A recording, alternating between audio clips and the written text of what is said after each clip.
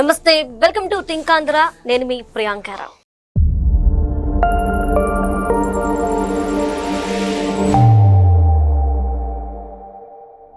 జగన్మోహన్ రెడ్డి గారు 2027లో ఆయన మరోసారి పాదయాత్ర చేస్తాను అని చెప్పారు.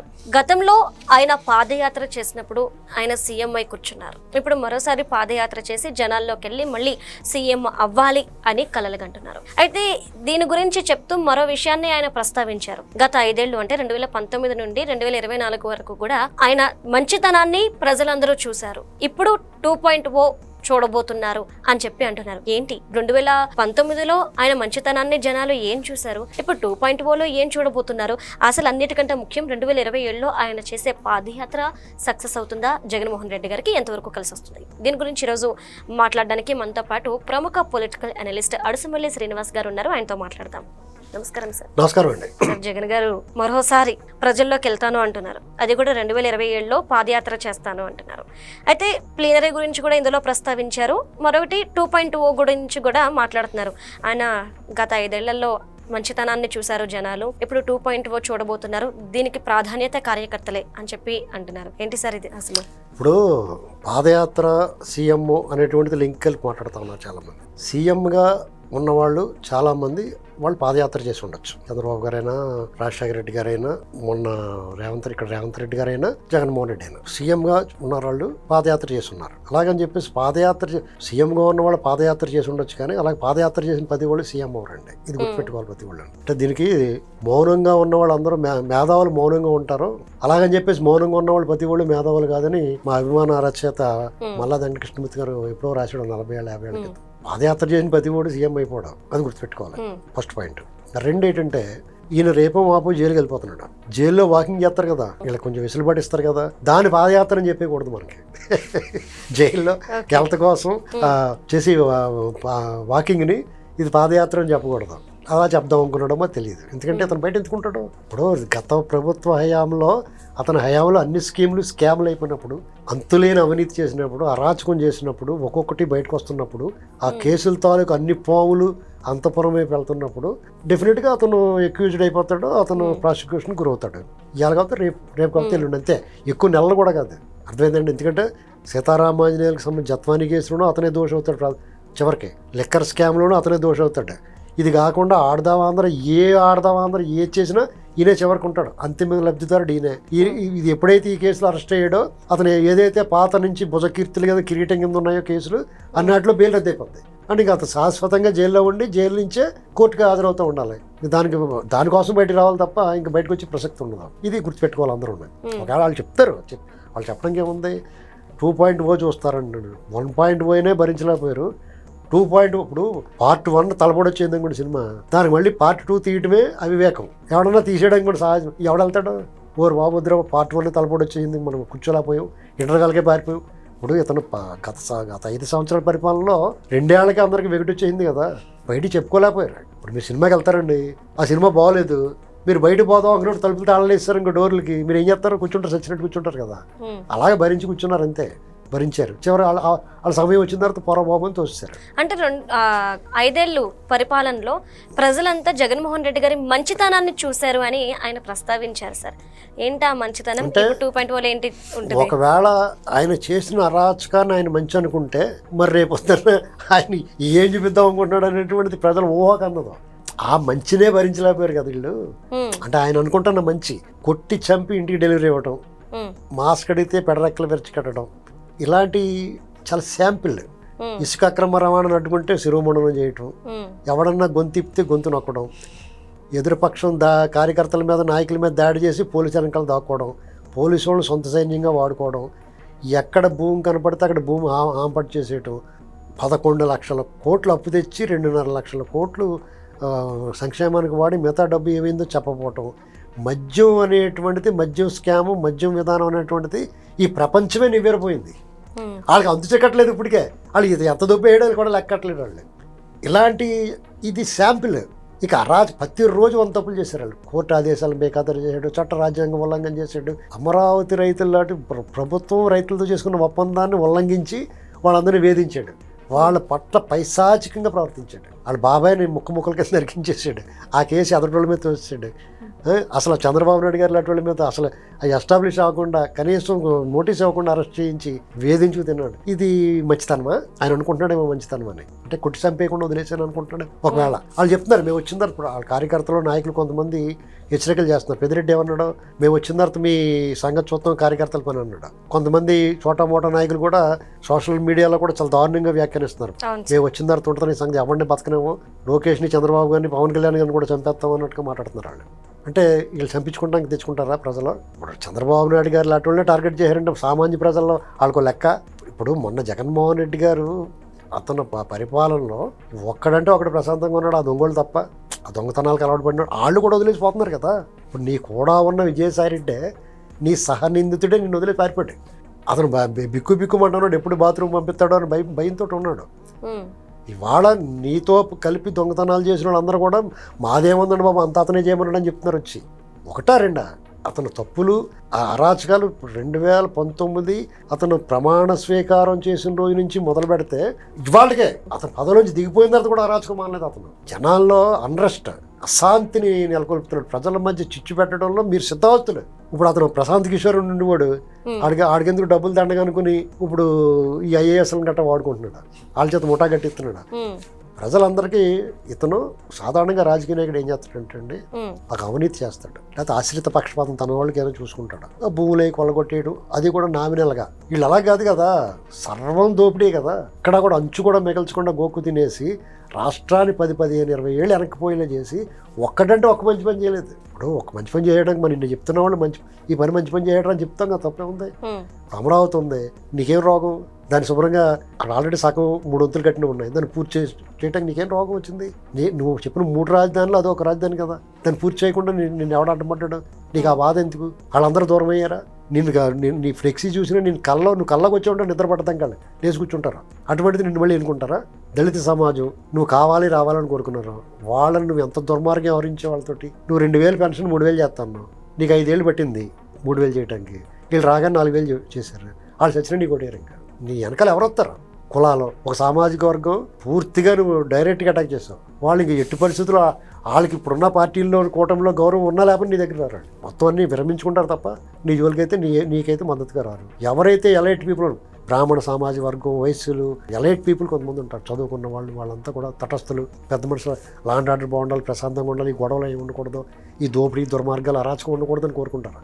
వాళ్ళు నీ వంక కూడా చూడరు, ఎందుకంటే ఇప్పుడు వాళ్ళకేమి ఇబ్బంది ఉండదు, ప్రశాంతంగా ఉన్నారు వాళ్ళు. ఇప్పుడు కూటమి ప్రభుత్వం హయాంలో సంక్షేమం యథావిధిగా జరుగుతుంది. దానితో పాటు అమరావతి, పోలవరం, పెట్టుబడులు, ఉపాధి, భవిష్యత్తుకు భరోసా, ఇన్ని కార్యక్రమాలు జరుగుతున్నప్పుడు తిని కూట్లు మొన్న ఎందుకు పోసుకుంటారు? నువ్వు 2019లో నువ్వు వచ్చేవాడు, దానికి ఒక కారణం ఉంది. అప్పటికి నీ ఓటం తెలుసు కానీ నీ గుణం తెలియదు ఎవరికన్నా. నువ్వు లోపల ఏం చేస్తావో, నువ్వు వస్తే ఏం చేస్తావో తెలియదు. ఆ టేస్ట్ చూసిన తర్వాత, స్మెల్ వచ్చేసిన తర్వాత, పురుగులు పెట్టేసిన తర్వాత మళ్ళా తింటావా? లేదు. చాలా మంచి లడ్డు, రంగురంగుల లడ్డు మెరుస్తా కనపడింది. ఇదేదో బాగుందిరా ఒకసారి చూడండి అడిగాడు అతను. ఒకసారి చూడండి, ట్రై చేయండి అన్నప్పుడు తింటాం. అది స్మెల్ వచ్చేసి పాసిపోయి పురుగులు పెట్టేసి తింటే అనారోగ్యం అయిపోయి పేగులు కుళ్ళిపోయినాయి అనుకోండి, మళ్ళీ తినమంటే తింటావా? లేదు. అబ్బాయి ఇంకా బాగా చేసేవాడిని పండి చూడండి అంటే కూడా తినం కదా. అంతే. ఇతను ఛాన్స్ని అడిగాడు, వాళ్ళ అమ్మ వచ్చి అడిగింది, వాళ్ళ చెల్లి అడిగింది. అప్పటికి చంద్రబాబు గారు 5 ఏళ్ళు ఎంతో కొంత వ్యతిరేకత ఉంది, చాలా మందికి వీళ్ళు విషప్రచారం ఉంది, ప్రయత్నం కులాల మధ్య, మతాల మధ్య చిచ్చుపెట్టి, పైగా కేంద్రం నుంచి పెద్దలు కూడా జగన్మోహన్ రెడ్డికి అనుకూలంగా ఉన్నారు. వాళ్ళ కూటమి పవన్ కళ్యాణ్ గారు కూడా కలిసి వచ్చినాడు, అప్పుడు కొంచెం వ్యతిరేకంగా ఉన్నాడు. ఇన్ని రకాల అంశాలు ఇతను కలిసి వచ్చినాయి. అదే వాళ్ళు ముగ్గురు ఓటైపోయినప్పుడు నువ్వేమైపోయావు? తుక్కు రాంబాజీ అయిపోయావు కదా. పైగా వాళ్ళు తుమ్మజిగిరి పెట్టుకుని అంటించుకున్నారు, నువ్వు ఎవడ ఎడదీయలేడు. ఎందుకంటే వాళ్ళకి ప్రయోజనాలు ఉన్నాయి, స్వీయ ప్రయోజనాలు ఉన్నాయి, ఉమ్మడి ప్రయోజనాలు ఉన్నాయి. జనసేన పార్టీ ఉంది, టీడీపీ ఉంది, వాళ్ళకున్న ఓ ధీమా ధైర్యం వీళ్ళు తోడుంటే, పైన మోడీ గారు ఉంటే పెట్టుబడులకి నిధులు ఇస్తాడో రాష్ట్రం అభివృద్ధి చేసుకోవచ్చు. అది ఎందుకు చెడగొట్టుకుంటారు వాళ్ళు. అలాగే జనసేన వాళ్ళు ఒంటరిగా వెళ్తే ఏమైందో చూశారు, ఇప్పుడు వీళ్ళతో కలిసి వస్తే ఏమైందో చూశారు, మేలు జరిగింది. ఈసారి ఇంకా కొంచెం పుంజుకుంటారు, పార్టీని బలోపేతం చేసుకుంటారు. అలాగే అంచెలంచెలకి ఎదగడానికి చూస్తారు. అంతేగాని మళ్ళీ వీళ్ళు వదులుకోరు కదా. మోడీ గారు వీళ్ళతో ఇబ్బంది లేదు, మాకేం వాటా కావాలంటలేదు, మాకేదో పాడండి బాబు, మీరు రాష్ట్రం బాగు చేసుకుంటా ఉన్నారు, నమ్మకమైన మిత్రుడిగా ఉన్నాడు. ఇప్పుడు వాళ్ళకి ఇది వరకటి మీద డబల్ త్రిబుల్ అయిపోయింది ప్రేమ. మొన్న అమరావతి స్టార్ట్లో వచ్చి ఆయన ఎంత పొగిడేయడం చూసారా? అవునండి. మనమే చేద్దాం అంటాడు. అంటే ఇంకో 10 ఏళ్ళ పాటు వాళ్ళే చేసుకుంటారు ఇక్కడ. అవును. నీకు ఛాన్స్ ఉండదు. అరికాళ్ళు మోకాళ్ళ దాకా అరిగిపోయి నువ్వు పాదయాత్ర చేసినా పనిచేరద్దాం. పైగా నీ పాదయాత్ర చేయడానికి నువ్వు బయట ఉండవు. పైగా నీ సైకో గ్యాంగ్ అందరూ కూడా రకరకాలుగా మాట్లాడుతున్నారు. అధికారం పోయినా ఇప్పుడు అలాగే మాట్లాడుతూ ఉన్నారు. అమరావతి విషయంలో ఫెయిల్ అయిపోయాం, పోలవరం విషయంలో ఫెయిల్ అయిపోయాం, రాష్ట్ర పారిశ్రామిక అభివృద్ధి విషయంలో ఫెయిల్ అయిపోయాం, పెట్టుబడులు తేవడంలో ఫెయిల్ అయిపోయాం, ఉన్న పెట్టుబడులు తరివేశాం. సంక్షేమం అంటావా, నువ్వేం చెప్పావో చేయలేదు. అంతకుముందు చేసిన పాదయాత్ర పొడవన అతను ఇచ్చిన హామీలు ఏది మేనిఫెస్టోలో పెట్టలేదు. చాలా మంది తెలియదు ఇది. ఆ మేనిఫెస్టోలో ఇతను నవరత్నాలను అదే పెట్టాడు. కానీ అంతకు మించి హామీలు ఇచ్చాడు. సిపిఎస్ రద్దు చేస్తాను, అవి చేస్తాను, ఈ చేస్తాను, మద్యపాన నిషేధం ఒకే మొత్తం ఎత్తించేస్తాను, రకరకాలుగా చాలా చేశాడు. కానీ తర్వాత ఏం చెప్పారు? ఇదిగో మేము మేనిఫెస్టో మాకు భగవద్గీత, బైబిల్, ఖురాను కాబట్టి అదే చేస్తున్నాం అన్నారు. సన్నబియ్యం ఇస్తాం అన్నాడు, ఇచ్చేవా? ఇలాగా ప్రతి దాంట్లోనూ మోసం చేసాం, మొండిగా వెళ్ళావు, ఏకపక్షంగా వ్యవహరించావు. పైగా కోర్టులు ఏదైనా ముట్టిగా వేస్తే కూడా బేఖాతరు చేసావు. అమరావతి విషయంలో 10 పిలుమొగ్గలు వేసాడు. 3 రాజధానులు అంటాడు, అబ్బాయి మేము ఆ ప్రపోజల్ లేదంటాడు, మళ్ళీ ఉపసంహరించుకున్నాం అంటాడు, మళ్ళీ వైజాగ్రే రాజధాని అంటాడు. ఇలాగా నీ వాల్యూ పోయింది, నీ విశ్వసనీయ దెబ్బతినిపోయింది. ఎందుకు తెచ్చుకున్నారా బాబు ఈ దరిద్రాన్ని అనుకునే పరిస్థితి ప్రజలు తీసుకొచ్చిన తర్వాత. అంటే సార్ మరొక ప్రశ్న ఏంటంటే, మొన్నటి వరకు వచ్చేటప్పుడు ఏం చెప్పారు? 2019లో అందరికీ కూడా మేము జాబ్స్ ఇప్పిస్తాము అని చెప్పేసి అన్నారు. కంపెనీస్ని తీసుకొస్తాము, ఆ కంపెనీస్ నుండి మీకు సాఫ్ట్వేర్ లాంటి జాబ్స్ వస్తాయి. ఇప్పుడు ఉన్న కూటమి ప్రభుత్వం ఇవే జాబ్స్ని తీసుకొస్తున్నప్పుడు ఇదే జగన్మోహన్ రెడ్డి గారు వ్యతిరేకిస్తున్నారు. అంటే ఆయన అధికారంలోకి వస్తే ఏం చేస్తాను అని చెప్పారు, ఈ ప్రభుత్వం చేస్తున్నప్పుడు దాన్ని వ్యతిరేకిస్తున్నారు ఎందుకు? జనాలకు ఒకటి క్లియర్, అంతకుముందు ఆయన అంటే అర్థం అవ్వలేదండి. ఎలా చేస్తాడో చూద్దామని ఆసక్తి ఉంది అందరికీ. వాళ్ళు తప్పే అది కూడా. నీకు బాగా సాగుతున్నప్పుడు, ఇక్కడ నీకు బాగా సాగుతున్నప్పుడు ఏదో హాస్పిటల్ వెళ్ళేవాడికి దెబ్బ అయిపోతే ఏంటి పరిస్థితి? జనాలు కూడా అలాగే దెబ్బ అయిపోయారు. 10 ఏళ్ళు 20 ఏళ్ళు వెనక్కిపోయింది కదా. ఇప్పుడు ఈయన వాలంటీర్ ఉద్యోగం ఇచ్చాడు 5,000. వాళ్ళకి ఆడతా పాడతా ఆకతాయిగా తిరగడానికి ఏమైనా బాగుందేమో. ఇప్పుడు కుర్రోళ్ళు ఉన్నారనుకోండి, ఇంటింటికి తిరగచ్చు, వాడికి కావాల్సిన పనులు కొన్ని అన్నీ అవుతూ ఉంటాయి, బాగానే ఉందనుకుని ఉండొచ్చు. కానీ భవిష్యత్తు తర్వాత మటన్ దుకాణాలు, ఫిష్ మార్కెట్లు పెడతాడు. అవి నువ్వు చెప్పకుండా చేయాలి. అది పెద్ద హామీ నువ్వేదో ఇప్పుడు చంద్రబాబు నాయుడు గారు రైతు బజార్లు పెట్టారు, అది ఇవాళకే కొనసాగుతుంది చూసుకోండి. ఈ సేవ అని పెట్టాడైనా, అది ఇవాళ ఏదో పేరు మార్చిన జరుగుతుంది కదా, వెసులుబాటు వచ్చింది. అది ఇప్పుడు వాట్సాప్ సేవ పెట్టాడు. నువ్వు అలాంటి ఇన్నోవేటివ్గా చేయాలి. నువ్వు కుర్రోడు అనుకుని, నువ్వు కుర్రోడు అని చెప్పి నువ్వు కుర్రోడు కాదు అయినా సరే అలా చేస్తావు. ఇతనికి విజన్ ఉందిరా బాబు, తెలివైనరా అనుకుంటారా. అంతేగా నువ్వేం చేసావు? నీ చుట్టూరు నీ ఓళ్ళు పెట్టుకున్నావు, పైనుంచి కిందాక నీ ఓళ్ళతో నింపేసుకున్నావు. సామాజిక న్యాయం అంటే అసలు దాన్ని అర్థం మార్చేసావు. నీ సామాజిక వర్గాన్ని న్యాయం చేసుకున్నావు. ఇది అబ్జర్వ్ చేస్తారు జనం, అబ్జర్వ్ చేయరా? ఇప్పుడు సామాజిక న్యాయం అంటే అందరు సామాజిక సమతుల్యత సాధించాలా. కానీ నువ్వు సామాజిక న్యాయం చేసి నీ సామాజిక వర్గాన్ని న్యాయం చేసుకున్నావు. అలాగని పూర్తిగా చేసావంటే పూర్తిగా చేయలేదు. నీకు కావాల్సిన వాళ్ళు, నీ బంధువులకి, నీ మాటిని వాళ్ళకి, నీ దొంగతనంలో పార్ట్నర్షిప్లో ఉన్న వాళ్ళకి చేసుకున్నాం. అయినా సరే అది బయట జనాలకి ఏం కనపడుతుంది. ఇప్పుడు వేసిన కమిటీలు కూడా అలా ఉన్నాయి చూడు. ప్రతిపక్షంలోకి వచ్చిన తర్వాత కూడా నీలో మార్పు రాలేదంటానికి నీ ఓటమి కారణాన్ని సమీక్ష చేసుకోలేదు. పెద్ద బ్లండర్. నువ్వు ఎందుకు ఓడిపోయావు అని ఇప్పటికీ అర్థం అవ్వలేదు. ఇవాళకి కూడా ఈవీఎంల మీద ఓడిపోయావు. లేకపోతే మంచి చేసిన వాళ్ళు జనం ఎప్పుడు మర్చిపోరు. వాళ్ళని వేధించినా, వాళ్ళని విసిగించినా, వాళ్ళని విక్రించినా, వాళ్ళని వేధించినా నీ ఎట్టి పరిస్థితుల్లో వాడంగా చూడరు. ఇప్పుడు చంద్రబాబు గారు మళ్ళీ నెగ్గడానికి కారణం ఏంటి? ఆయన ఇప్పుడు 4వ ముఖ్యమంత్రి. అవునండి. కారణం ఏంటి తెలుసా? ఆయన మీద తాత్కాలికంగా అసంతృప్తి వచ్చినా ఓడించారు. కానీ బాబోయ్ అతను ఉండాలరా బాబు అని తెచ్చుకున్నారు. నీ విషయంలో అది జరగదు. ఎందుకంటే బాబోయ్ ఇద్దరా బాబు అనుకుంటున్నారు. అది నువ్వు అధికారంలో ఉండగానే చెప్పేశారు జనం. మీకు చిన్న ఎగ్జాంపుల్ చెప్పి ముగిస్తాను. చంద్రబాబు నాయుడు గారి సభలు జరిగి, జగన్మోహన్ రెడ్డి సభలు జరిగినాయి. జగన్మోహన్ రెడ్డి అధికారంలో రాకముందు సభలు పెడితే విపరీతంగా జనం వచ్చేవారు. అధికారంలోకి వచ్చిన తర్వాత కూడా బాగానే వచ్చారు. అతను పరిపాలన 2 ఏళ్ళు చూసిన తర్వాత మద్యం పాలసీలో కానీ, ఇసుక పాలసీలో కానీ సామాన్య మధ్యతరగతి బిలో పవర్టీ లైన్ ఉన్న వాళ్ళు జీవితాలు నాశనం చేసాడు. వాళ్ళ ఆధారాలు పోయినాయి, ఆరోగ్యాలు పోయినాయి, వాళ్ళు బతుకుతారు కుంటుపడిపోయింది. థియేటర్ ఎలా చేసాడు, మనం తెచ్చుకున్నాం కోరను అనుకున్నారు. నీకు సామాజిక వర్గాలుగా సమతుల్యత లేకుండా పోయింది. వాళ్ళందరినీ మనుషులుగా చూడలేదు నువ్వు. వాళ్ళు బడుగు బలహీన వర్గాలు కానీ, ఎస్సీలు కానీ. మీ ఓళ్ళు చేసిన అరాచకం, దౌర్జన్యం అంతు లేకుండా చేశారు. అవినీతి అంటే ఇక దానికి ఆకాశమే వద్దు. ఇక్కడ చూసిన ఏ స్కీమ్ చూసినా స్కామే కదా. ఎవడన్నా మాట్లాడితే నోటిపై కొట్టికోరు. మీరు ఇంతమంది నాయకుల్ని అరెస్ట్ చేశారు, ఏ రకంగా దుర్వినియోగం చేశారు. ఎన్నాటి ఒక ఎత్తి అయితే అసభ్యం బూతులు మాట్లాడించావు. ఒక్కళ్ళు కూడా నువ్వు వాళ్ళు అలా బూతులు మాట్లాడుతుంటే పార్టీ ఆఫీసులు ధ్వంసం చేయడం ఎక్కడ ఉందా? నీ హయాంలో జరిగింది. కనీసం వాళ్ళు తప్పురా ఇది మనం చేయకూడదని నువ్వే ఎంకరేజ్ చేసిన పైకన్నా ప్రజల కోసమన్నా మాట్లాడలేదు నువ్వు. సాక్షాత్ అసెంబ్లీలో చంద్రబాబు నాయుడు గారు వాళ్ళ కుటుంబాలని నోటుకొచ్చినట్టు మాట్లాడుతుంటే నువ్వు వాళ్ళని ఎంకరేజ్ ఎన్నో నవ్వుకున్నావు. జనాలకి నువ్వు అది ఎన్నో నవ్వుకున్నావు ఎంజాయ్ చేస్తున్నావు అనుకోరు. చిచ్చి ఇటువంటి వాడినా మనం ఎన్నుకోను, మన నాయకుడా ఇలాంటి వాడు నాయకుడు అంటే ప్రజలందరికీ చెడ్డ పేరు కదా. ఇలాంటివన్నీ సమీక్ష చేసుకుని మార్చుకుని రావాలని నీకు 10 ఏళ్ళు పడుతుంది. ఈ లోపల నీ శిక్ష ఖరారైతే నువ్వు నిలబడతా ఉండదు ఎన్నికల్లో. ఇలాగా అన్ని చూసుకుని రావాలి తప్ప అర్ధరాజ్యం ఇస్తే అడుక్కుని చెప్ప కడిగి దాచిపెట్టుకున్నాడు. అతను అందంగా పరిపాలన చేసుకోవాలి. వాళ్ళ అతను చేయాల్సింది ఏంటి తెలుసా, అతను ఇంత భారీ మెజార్టీతో గెలిచిన తర్వాత చంద్రబాబు నాయుడు గారు వాళ్ళందరూ కలుస్తారు కదా, ప్రమాణ స్వీకారం కోసం వస్తారు కదా ఎమ్మెల్యేలుగా అసెంబ్లీలో. చంద్రబాబు గారి దగ్గరికి వెళ్ళి అతను మీరు మా నాన్నగారు మిత్రుడు, మీరు అనుభవజ్ఞుడు, మీరు విజన్ ఉన్నవాళ్ళు, మీ అనుభవం నాకు కావాలి, మీరు నాకు సలహాలు సూచనలు ఇవ్వండి అని చెప్పాలి. అక్కడతో అతనికి 20-30 మార్కులు పడతాయి. నువ్వు ప్రతిపక్షాన్ని చంద్రబాబు గారిని గౌరవించినంత కాలం నీకు తిరుగులేకపోను. పవన్ కళ్యాణ్ గారు ఉన్నాడు, ఆయన 4 బిల్లులు చేసుకుంటే నీకెందుకు, 50 బిల్లులు చేసుకుంటే నీకెందుకు. అతన్ని విధానాల పరంగా విమర్శించు. అతను అనవసరంగా కిలికావు. అతను అసలే మామూలుగానే నేను ఎప్పుడో చెప్పాను, నార చుట్టూ నాటు బాంబులు అంటాడని. రాంగ్ హ్యాండ్లింగ్ చేస్తే చేతులకు వెళ్ళిపోద్దని చెప్తాను. నీ చేతులకు వెళ్ళిపోయింది. ఉద్యోగులు, టీచర్లు ఎవరిని మనశాంతి కూడా ఇచ్చావు. 3వ తారీఖు జీతం వేతన జీవులకి ఆ జీతం మీద ఆధారపడి ఉంటారు. లంచాలు కొట్టేసి దొబ్బేసిన వాళ్ళు 10% ఉంటారు. మిగతా వాళ్ళందరూ జీతం డబ్బుల గురించి చూస్తారు కదా. వాళ్ళు 1వ తారీఖు జీతం ఎప్పుడు ఇచ్చావా? 2 నెలలు 3 నెలలు కూడా పెండింగ్ పెట్టేసావు. నువ్వు ఇలాగా ప్రజలందరికీ నువ్వు ప్రజాకంటకుడు అయిపోయావు. ఇంటి పన్ను, చెత్త పన్ను అని, ఆ పన్ను అని, ఈ పన్ను అని, సెంటు భూములు అని చెప్పేసి ఊరి చివరి ఇవ్వటం, అందులో స్కాములు చేసేసి అమరావతిని సర్వనాశనం చేసేసి ఇవన్నీ చేసిన తర్వాత నువ్వు డిస్ట్రక్షన్ కూల్చేవాడివి అని ముద్రపడిపోయింది నీకు. దోచుకునేవాడివి అని ముద్రపడిపోయింది. అధికార మతంతో కళ్ళు మూసిపోయి అని ముద్రపడిపోయింది. ఇక ఎట్టి పరిస్థితుల్లో నిన్ను దరిదాపుల్లో నీ పార్టీ కానీ నిన్ను కానీ ప్రజలు అంగీకరించడం. నీ గౌరవం నిలుపుకోవాలంటే నేను రాజకీయాలు మానేసానండి అని చెప్తే నీ గౌరవం ఉంటుంది. నువ్వు చరిత్రలో నిలబడాలన్నా కానీ నువ్వు రాజకీయాలు మానేయాలి. అది గుర్తుపెట్టుకోవాలి. అతను మళ్ళీ పాదయాత్ర చేస్తాను. పాదయాత్ర ఏం చేస్తా, ముందు పాదయాత్రలు ఏం చేసాడు, నేను అధికారంలోకి వచ్చిన తర్వాత చూస్తాను వాడు ఎవడ కష్టం. అదే లోకేష్ ఏం చేసి కూడా అప్పటికప్పుడు తక్షణం ఇన్స్టెంట్ సోషల్ మీడియాలో చూసి అవాళ చేసాడు, ఇవాళ చేస్తున్నాడు.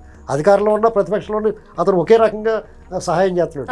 నువ్వు ఎప్పుడు చేసావు? నేను అధికారంలోకి వచ్చిన తర్వాత చేస్తాను. అప్పుడు దాకా తూర్పు తిరిగి దండం పెట్టమన్నావు. నేను కాకమొన్న వాళ్ళకు కూడా అది చెప్తున్నావు, ₹1 కోటి ఇద్దు నేను అధికారంలోకి వచ్చిన తర్వాత ఇస్తాను. నువ్వు అధికారంలోకి వచ్చి దాకా నువ్వు ఇస్తావని కూర్చుంటారండి. వాళ్ళు అధికారంలోకి వస్తావా? ఆ గ్యారంటీ ఎవడిస్తాడు? అంటే వాళ్ళు కాకపోతే వీళ్ళు కాకపోతే వాళ్ళు నేను చూడండి. జనాలకి ఆ రూట్లోంచి వచ్చేసరి బయటికి మీరే ఉండండి బాబు 10 ఏళ్ళు 15 ఏళ్ళు పాటు అంటున్నారు. ఎందుకంటే చంద్రబాబు నాయుడు గారు ఉండాలని కోరుకుంటున్నారు వాళ్ళు. ఎందుకంటే దీనికి రూపురేఖలు రావాలి. ఇప్పటికే ఆ ఇల్లు కడుతున్నారు, ఆ మేస్త్రిని మార్చారు. ఆ వచ్చిన మేస్త్రి దాన్ని చెడగొట్టిపోతున్నాడు. అప్పుడు మళ్ళీ పాత మేస్త్రిని అంటే మీరే చేయండి బాబు అంటున్నారు. అది పూర్తి అయ్యేదాకా అన్నీ ఉండేస్తారు. అంతే కదా, అనుమానం నేను అదే చేస్తాం కదా. ఇప్పుడు మనం ఇల్లు కట్టుకుంటున్నామండి, ఓ మేస్త్రికి అప్పు చెప్పాము, ఆయన సగం కట్టిన తర్వాత మనకేదో తేడా వచ్చి వెళ్ళిపోయా అన్నాం, మంచి పనివాడు. ఇప్పుడు ఇంకో మేస్త్రిని పెట్టుకున్నాం. ఆ వచ్చినోడికి చెప్తుంటే ఇనివాడు కాదు, మనకు కావాల్సిన విధంగా కడతలేదు. ఆడు ఇష్టమైనట్టు కట్టేస్తున్నాడు, కొన్ని కూల్చేయడు, కొన్ని ఏమో వేరే రకంగా చేస్తున్నాడు. అదేంటి అయినట్టు కొడుతున్నాడు. ఆడు ఉంచుకుంటావా? వద్దురా బాబు అని పంపించేసాం. మళ్ళీ ఆడు వస్తారంటే రానిస్తాం. మనం ఆ పాతవాడిని తెచ్చిపెట్టుకున్నాం. బాబు ఏదో రకంగా నువ్వే చేయవా బాబు అని చెప్తున్నాం. సింపుల్ ఇది. Right. Thank you so much sir.